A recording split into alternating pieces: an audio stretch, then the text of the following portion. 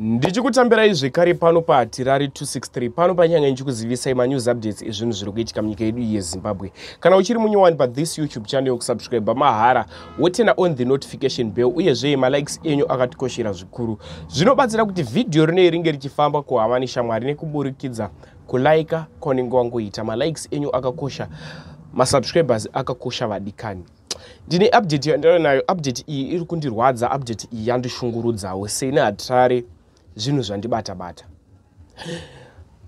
MaZimbabweans mazhinji emuno munyika yeZimbabwe ari kuchema-chema pamusoro pevidhio iri kutenderera masirisi social media. Chakuisirai vidhio rachiona, ndiri kuda kuti uzotaura zvaunofunga mucomment section. Vadikani, kana munhu achinge ashanda, kana uri murungu, dzidza kubata vashandi vako mune zvakanaka.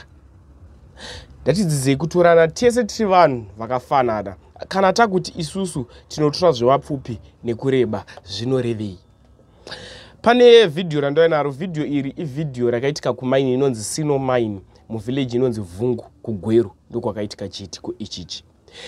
Muchaina uyuyu anga achishandisa pfuti pabasa. Zvaanga achishandisa pfuti pabasa, mushandi anova muZimbabwean pabasa apa muZimbabwe, mwana wevhu, ndiye aida mari yezvinhu zvaakashandira. Kana munhu achinge ashanda mushando wake, mupewoka zvaashandira semari yake. Murume uyu anga achidhimanda salary yake. Chikwereti ichi changa chachi $600. Zvisinei, muchaina uyu anga asingade kumupa mari. Zvaanga asingade kumupa mari, mushando uyu akwira muchimugredha. Zvaakwira muchimugredha, atanga kuchisheka-sheka achichidriver, achichikrashisa zvichinzi, ndiri kuda mari yangu, ende makandipa mari yangu ndinobva panapa. Mari yanga achida $600 ndo yanga iri mari yake yepay. Muchaina uyu atanga kuramba. Murambiro wanga achita anga akabata pfuti, achimuchikidzira nepfuti, achida kumurova nepfuti. MuZimbabwean uyu azoburuka muchimugredha. Zvaaburuka abva abatwa nemachaina. Abatwa nemachaina, asungwa akarohwa zvakaipisisa. Asungwa maoko nemakumbo. Ndoda kuti titaure zvatinofunga comment section kuti zviri fair here zvaitwa apapa. Munhu orohwerwa mari yake kusvika mukukuvara, akutoda kuti mari ikuendeswa kuchipatara oshandira mahara. Vanhu ava ndivana baba vedu, ndivana baba vane mhuri, vanenge vachitoti zvinhu zvakaoma vadikani. Unenge uchitoti da kubhadharira vana vechikoro kuti vana vangu vaende kuchikoro. Waenda kubasa kwachona obva washandiswa mahara. Munyika yedu futi yeZimbabwe obva wabatirwa pfuti uchirohwa. Ndinokumbira kuti jaji nyaya iyi mucomment section, taura zvinofunga mucomment section. Vadikani, ndarwadziwa ndichiona video iri, ndarwadziwa nichinzwa update iyi. Kana uri munhu mutema uchiziva kuti kutsvaga mari kunonetsa, uchiziva kuti munyika yedu yeZimbabwe inyika yako, pongoita anouya achikushungurudza, zvinorwadza. Ndinokumbira tione video. Wapedza kuona video wotaura zvaunofunga comment section. Video iri pane andasenda ku WhatsApp channel yedu yeHatirari 263. Kana usiri mu WhatsApp channel yeHatirari 263 uri kutononokera futi ma-updates. Pane randi clip ransina kuisa.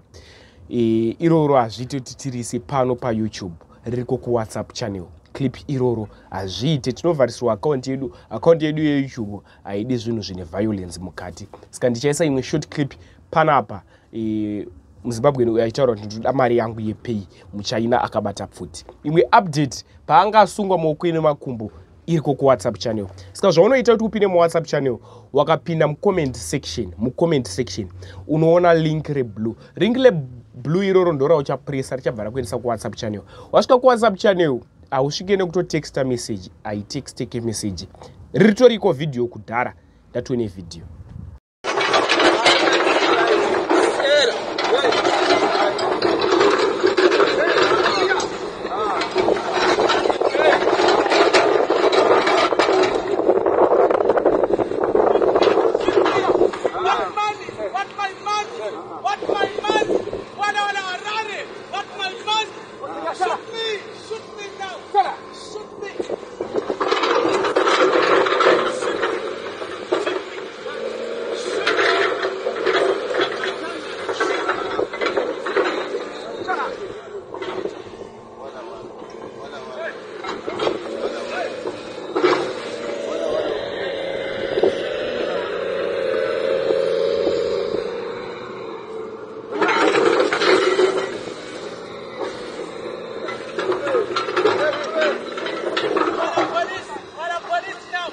Manhã, Xalé, manhã,